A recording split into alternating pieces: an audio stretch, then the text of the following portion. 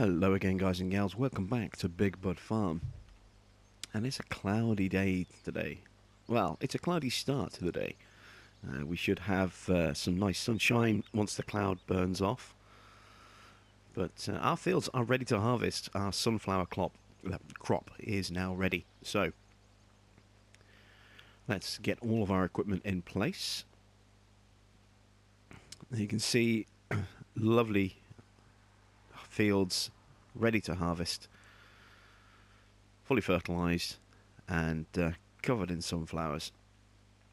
So I'm just going to put time on 5 times just to get some daytime progress. So we need the Orca wagon.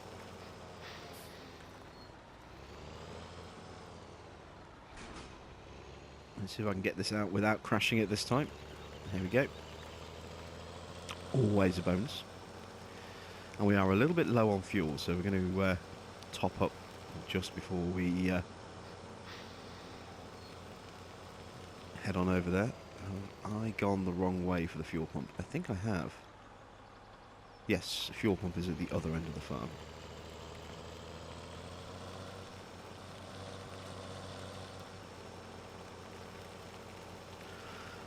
So, mod contest, well underway now.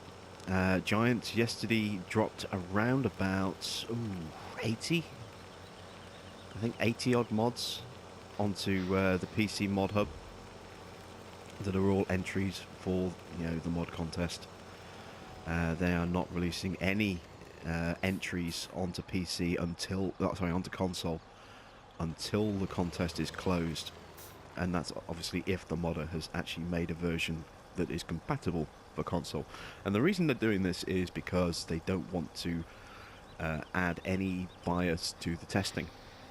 Now, if you've got an entry that is going to be a PC only entry, only PC players are going to be able to test it and play it, and that's what's going to be able to affect their vote. If you've got a mod like the Massey Pack that's coming from Black Sheep, that's going to be console and PC, both console and PC can download it, play it, test it, vote on it based on how they enjoy it. Kind of warps the outcome. Console players are naturally going to flock to those which are console mods and not the others. So it kind of distorts the voting process a little bit, and that's going to happen anyway. There are some mods out there that we know will be coming in some shape or form to console, and so it wouldn't at all surprise me if some of those just naturally pick up votes from console players. However, it's a lot more contained by having mods only available on PC during the voting process for the mod contest entries. It's a bit disappointing, but it's completely understandable. And it's only another couple of weeks to wait until we start to hopefully see some of those entries make their way over. So I'm not too bothered about it. I'm more than happy to wait. I've seen some of the stuff that's coming up, and there is some really, really nice stuff. There's a couple of Fence that I really do like the look of. One is a Fence 800 from sort of like the 80s and 90s, I think it is. Let me see if I can find it.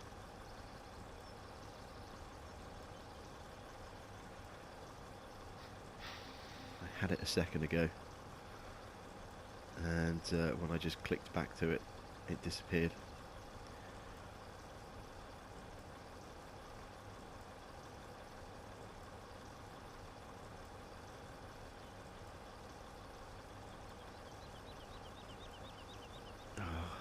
So much of being prepared, and we are still filling up on fuel, so I've got a little bit of time.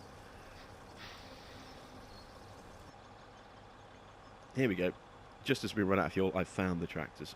So let me get this positioned on the field, and then we'll get the next bit of equipment going, and we'll review the mod stuff once the harvesting actually gets underway.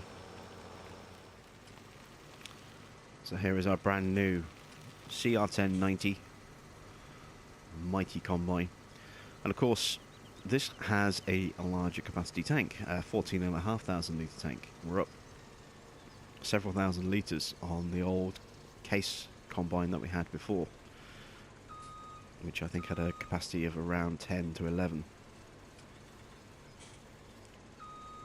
So let's get them lined up. And there we go.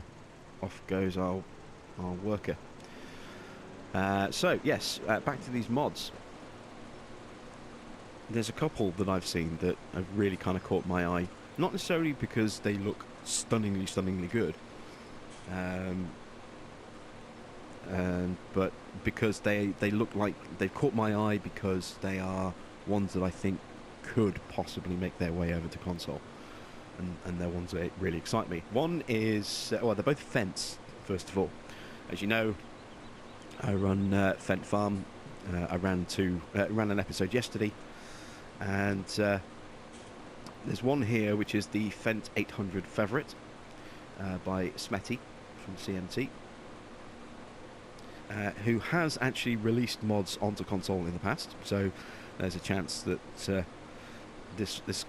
I think that makes a strong chance that this one might make its way over to console, because he knows what's involved in console modding. And it's a really nice looking 90s style Fent 800. Now we already have a Fent 800 released on the Mod Hub, a modern version, but I'd love to have a sort of a retro 800 as well. And then the other one is the Fent 1000 Vario series by TechMod. And obviously it's a Fent 1000. So that means a tractor that can go up to 1,000 horsepower, sorry, up to 500 horsepower, which is fantastic. You know, I've been saying on my videos quite a lot recently how I would love to have a Fent 1000. I think it was in the last episode of Big Bud actually we talked about this. I wanted a 1050 Vario, you know, available to me in the game if possible. And with this entry, if this comes to console, may well get it. Really hoping that's going to be the case. So those two caught my eye for obvious reasons. You know, they are Fent tractors. They both potentially have a good chance of making their way over to console, although we won't know until nearer the time. And they would go perfectly into a Fent Farm series. Obviously, we know about the Massey Pack from Black Sheep Modding. I've talked about that on a couple of different series now. I won't be discussing that one today. We also have seen, in terms of, I don't know whether it's fair to call it a novelty mod or not, but there's a war tractor. It looks like something out of Mad Max. There's spikes and all sorts coming off this thing. It looks very gothic, very Mad Max style. Almost looks like the A-Team has just taken a load of rebar and, and iron girders and stuff to a Kirovitz or something of that style. You know, it's a big-bodied tractor, and it looks really sort of imposing. I don't really think we need a war tractor in Farming Sim, in the sense that, you know, it's not like if you know, you're going to get attacked by neighbouring farms, but it looks awesome. It really does. So for me, that kind of feels a little bit like a novelty mod rather than a serious mod. But it looks fantastic regardless. Other mods that I've seen that I really like. There's one that I'm almost certain, unless it wins and gets a DLC deal, we will probably never see, and that is the Seasons mod. Oh, the Seasons mod is incredible. The ability to have 4 separate seasons, each running over a 2 or 3 day period, I think, where you simulate through spring, summer, autumn, and winter, and each one has its own different sort of states as well. So the lighting is different, the textures and colours of trees and grass are different. You know, you get snow in the winter. You get you know, trees that are sort of starting to brown and die off a little bit in autumn. It's just, oh, it's glorious. Looks absolutely fantastic. But unfortunately, doesn't look like it's going to come to console, just because that thing's going to be so script heavy that, like I said, unless a deal is done with Giants, and with the amount of work that's gone into that, and I know some heartache where someone stole and released an early copy of that mod publicly, caused a lot of issues for the modder.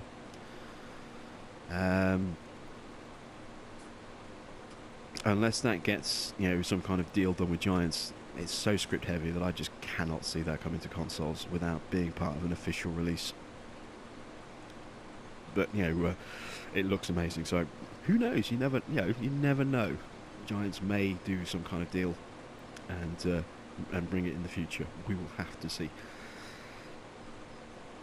What else have we seen? There's been a manual overloading mod for combines, so you have complete control. So basically that means you get fill warnings, you get more interaction inside the combine itself in terms of what you can do. When you pop the pipe out, you are manually responsible for choosing when that crop is dumped out through the pipe or not. So if you miss the trailer that you're trying to dump into, or if your trailer veers away from you, you will dump all over the floor. Unlike now, where it's an automatic system, you just drive up, the pipe pops out, and it fills into the pipe. And the second you move too far away, it just stops and waits for you to get back in, back in line again. With the manual overloading mod, everything is at your control. So you either pull it off and look fantastic, or you make a mess all over your fields. So there's that mod as well. I mean, there's so many, I can't cover them all, and it would be unfair to try and cover all of them, and it would be unfair to to keep going with more and more and then ignore all the rest that are out there. So those are the ones that kind of caught my eye. If I see any more in the future that really grab my attention, I will probably mention those as well. But yeah, some really nice stuff in the modding contest. Plus the stuff that I've mentioned in previous videos as well, with a couple of maps and obviously the Massey Pack. There's loads of really great entries. It's an exciting time, I think. This is always a lot of PC players' favourite time of the year is mod contest time, because they just get swamped with all these mods that are usually put together with more care and attention than other mods, because it's the mod contest. People try that little bit harder, they're that little bit more careful, they're that little bit more scrutinous.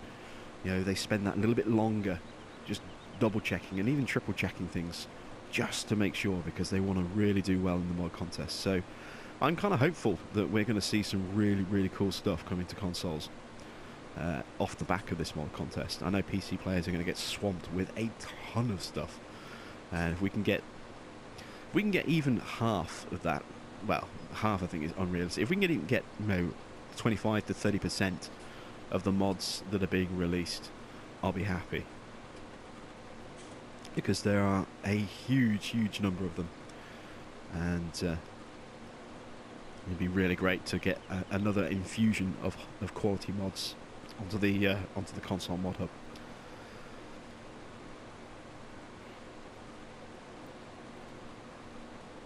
So, wow, burnt up nearly half the episode just talking about mods and making very little progress on the field. So we'll start jumping forward a bit in just a moment. One thing to note, this combine obviously has the large capacity. We should just about be able to do 2 passes before we need to unload, which will be helpful. So let's jump into our auger. We need to set cruise control. There we go.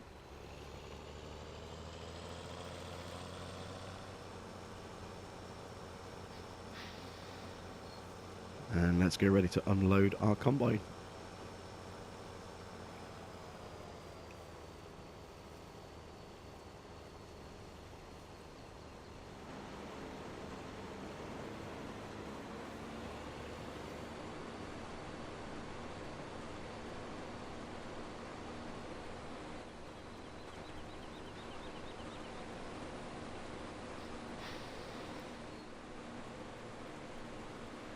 we can see that the sun is starting to come through at last. The clouds are finally being burnt away. So let's see that lovely blue sky returning to Mustang Valley.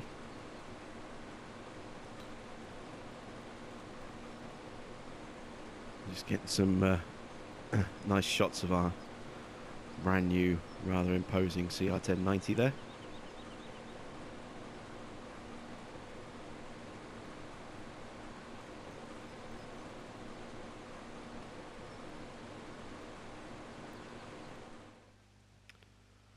Looking at the prices, you can see that the sunflower prices aren't fantastic at the moment. I think they're pretty much as low as they're going to go. We can see that the price at the diner is starting to go up. And sunflowers should be priced a little bit better than canola. And you can see canola is higher. So I'm not too sure. I'm honestly not too sure whether those are high prices or low prices with Small Farm and Valley Grains for the sunflowers. But the great thing is we are completely debt-free now.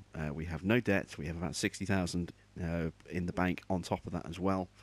So we are in no rush, no pressure to sell these straight away. We can let these sit in our silo and gain some value. So we can get ever closer to being able to afford Field 1 here. You got the price down to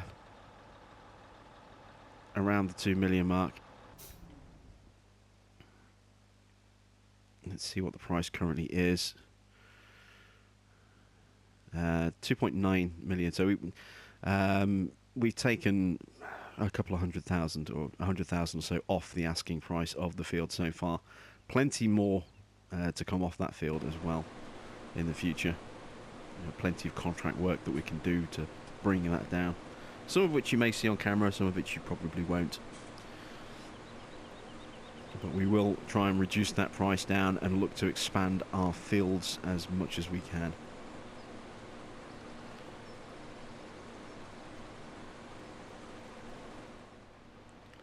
So let's take a look inside our brand new CR1090. Just take a look at the interior. And well, it looks very snazzy. Very efficient, very modern, until we get up here and I see those dials with the AC and the airflow, and I immediately just get flung straight back into my childhood as a kid growing up in the 80s, and seeing those kind of dials just littered all over the dashboard of the family car. They just seem so out of place. They do look to me. To me, they just remind me of 80s car dashboards with controls like that. Those big turn dials. One is the airspeed, I think. The fan speed. The second one there is a temperature gauge or a temperature control lever. And they, like I say, they just make me feel, like a kid again, looking, at the dashboard of my family car.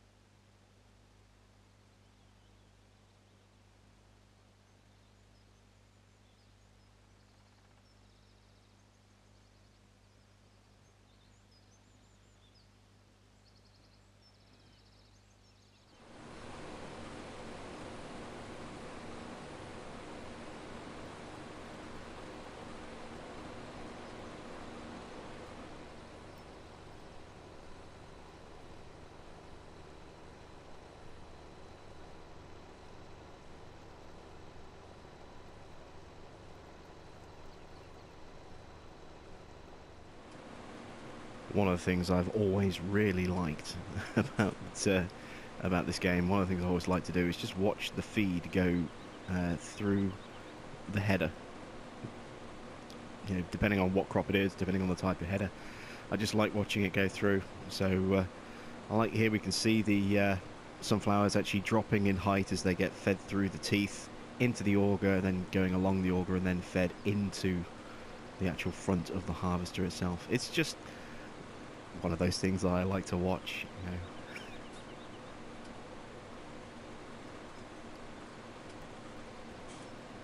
You can see the sunflowers there just wrapped around the auger and getting fed inside the machinery there, look.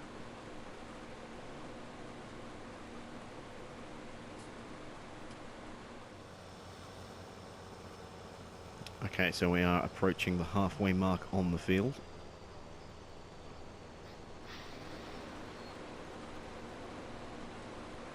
And what I've done is I've actually gone to move the truck down to the other end of the field so that we can run straight down there once we've unloaded. Catch the truck, no, sorry, catch the combine on its down pass, so to speak, so that it's an easier trip to the truck, in theory. And there we go, we are full. Oh, we've got a great demand for soybeans. We just sold all of our soybeans earlier. And it's a good price as well. It's about $100 higher than I've ever seen. Oh, that's a shame.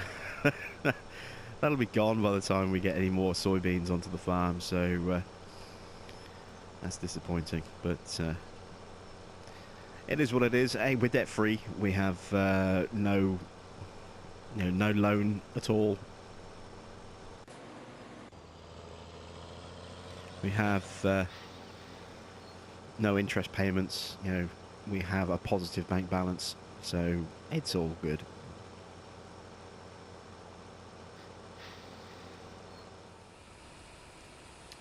So here we are unloading into the combine, sorry, into the trailer, which is, why is it so wonky? Ah, I'm too close, that's why. It's the pipe. And now it's the back of the auger itself pushing against the trailer. Oh dear, I've made a real mess of it this time. There we go. That's better. But yeah, we have 53,000 litres in here already, which is being unloaded. We've got a little bit more to take out the combine.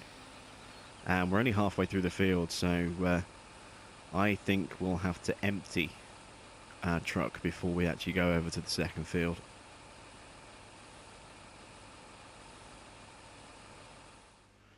So as the combine goes back up the field, one thing I have noticed is he's missing little strips along this end of the field. He's fine on the other end, but for some reason on this end he's missing these little clumps, and I'm not entirely sure why. It may just be because we don't have a completely smooth edge along the field. I'm not entirely sure what's causing it, but the other thing I noticed as well is that the headlands on this field are so big that they're way bigger than they need to be. So what I'm going to do is once we've got the harvest done, I'm actually going to extend these headlands, or reduce the size of these headlands a little bit, get an extra little bit of length onto the field, so we can get some more crop off it.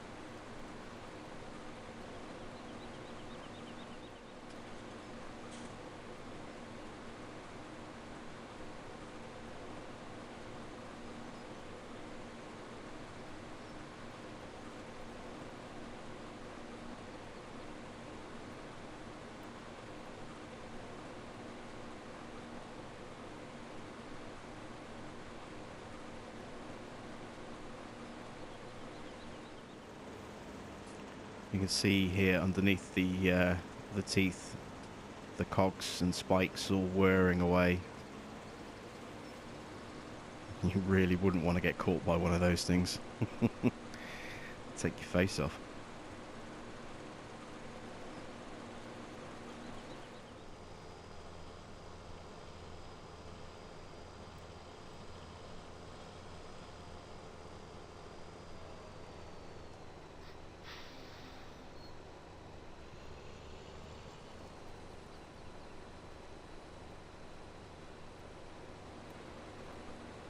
We are almost done with this field, as you can see. Making some good progress today. A few more passes. Let's see, how many passes do we think that's going to be? 1, 2, 3, 4... 4, maybe 5 passes, I think, left in total. And then this field will be done. And then we'll move over and harvest the sunflowers that we have down there on field 5 as well. And then we'll see just how much crop we've gained from this particular harvest.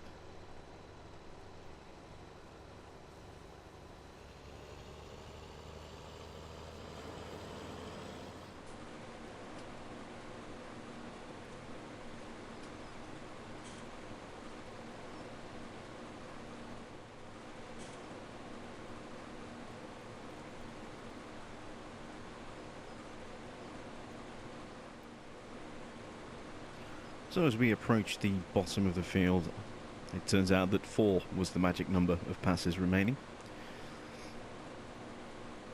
And I've already emptied the auger into the truck. We have just a few hundred shy of 100,000 litres currently in that truck. And you can see we've got around 12,000 litres in the combine as well.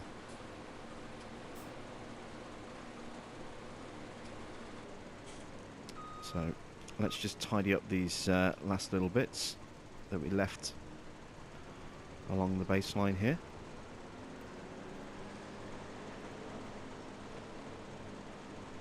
See if we're missing a huge amount.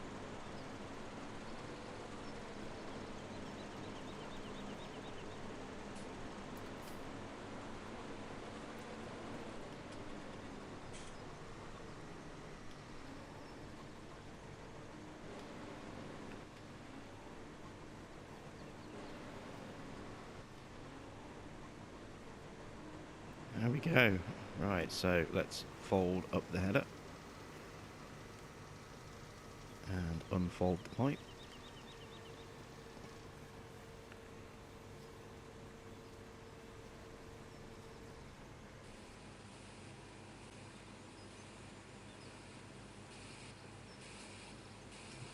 Can we see, if I switch, can we see that auger at the bottom of the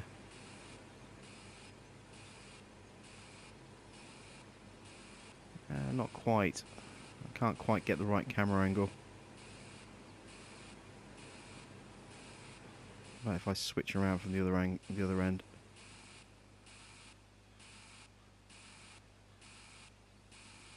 No, I can't really see it, unfortunately. There we go. We've ended up with 111,000 off that one field. That's pretty good. So let's go make a start on field 5.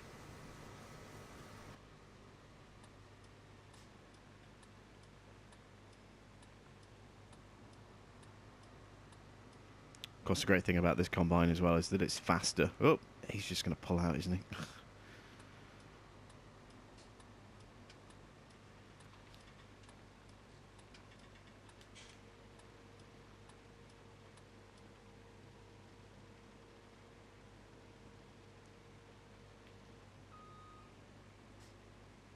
There we go. Combine is not quite lined up properly.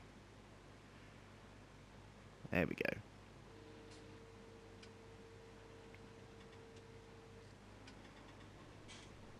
And off he goes. So let's bring the rest of the equipment over to this field as well. So we got just under 5,000 off a single pass. Means we can do quite a comfortable job of doing 2 passes, potentially even 3, depending on where we catch the combine.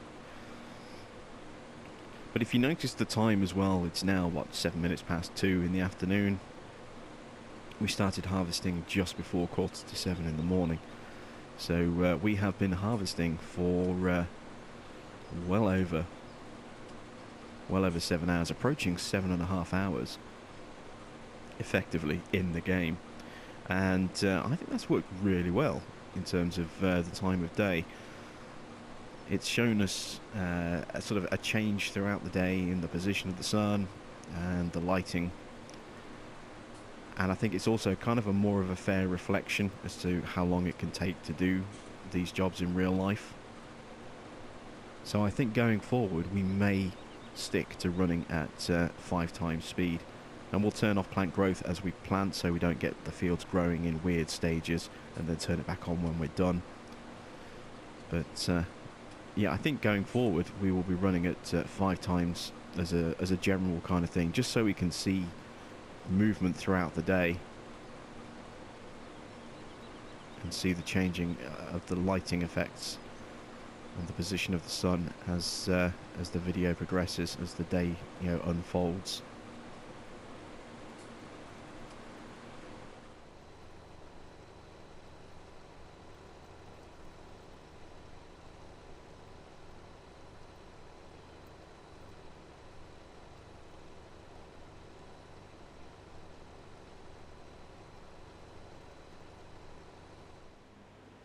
Getting down to the nitty-gritty on this field now, just in the last 2 or 3 passes left to go. We've got around 30,000, just under 30,000 in the auger so far. Just over 30,000 capacity remaining in the truck. So there's no way we're going to be able to fit everything into a single truckload, but seeing as the auger wagon is going to have to go back to the farm at the end of this job anyway, then we'll fill up the truck and then just leave whatever's left in the auger and unload it directly into the silos from the auger.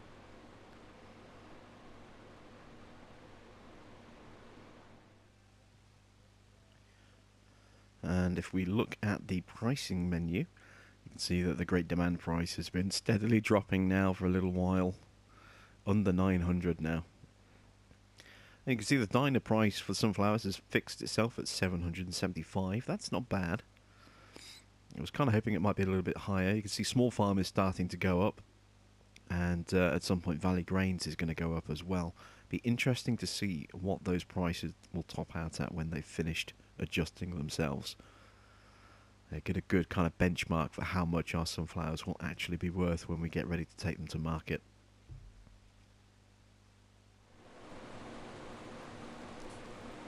So you can see that I have taken control of the harvester again, just to finish this field off. Wanted to make sure that there were no issues going through the AI dead spot back there. It seems to work sometimes, and other times it doesn't affect you. Plus we'll save a little bit in wages as well. And we're approaching 4 o'clock in the afternoon, so it's been a long day for our workers. They've been busy churning away on these fields.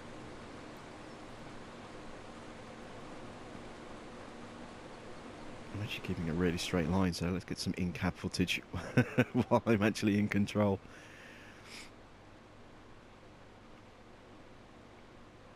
Of course, it's easier with row crops as well. You can see where your teeth are in relation to the crop. You can even see the soil through as well, so you can actually follow the lines on the ground a little bit clearer. Just a slight drift towards the end there, just recorrect that.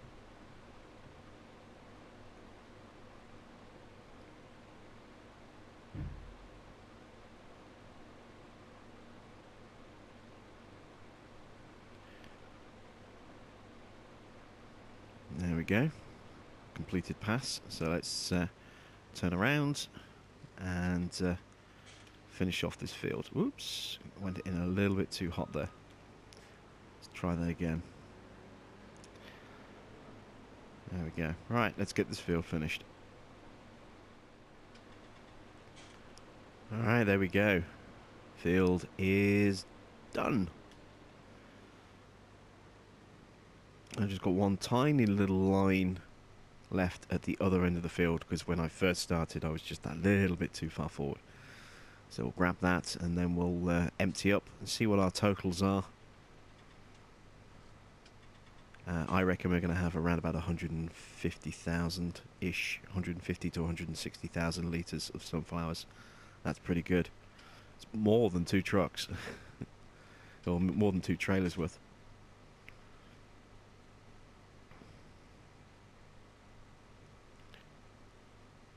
So we'll have to be careful how we choose to sell. And we're definitely going to have to wait for a great demand, I think, as well, to avoid the penalty of tipping trailers at different times. So let's fold up the header.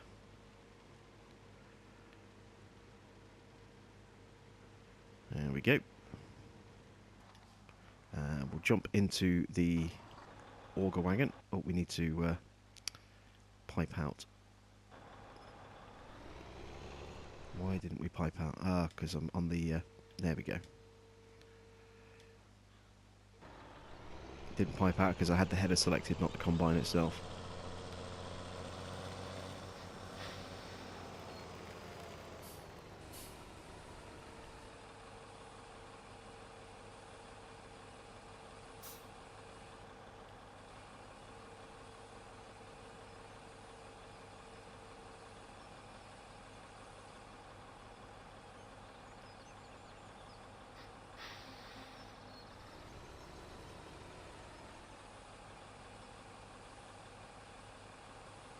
A little bit left in the bottom of the combine there.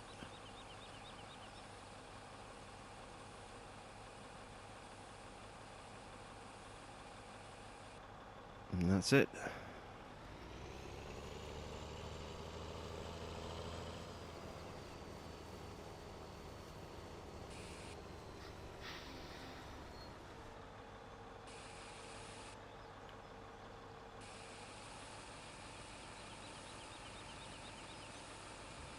So, our final total in the truck will be 140,000 litres.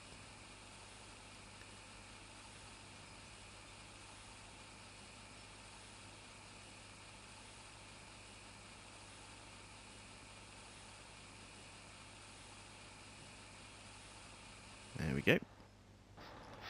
And we have 11,896 left, so 152,000 effectively.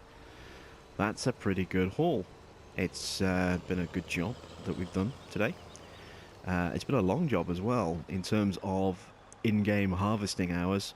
We are talking, let's see,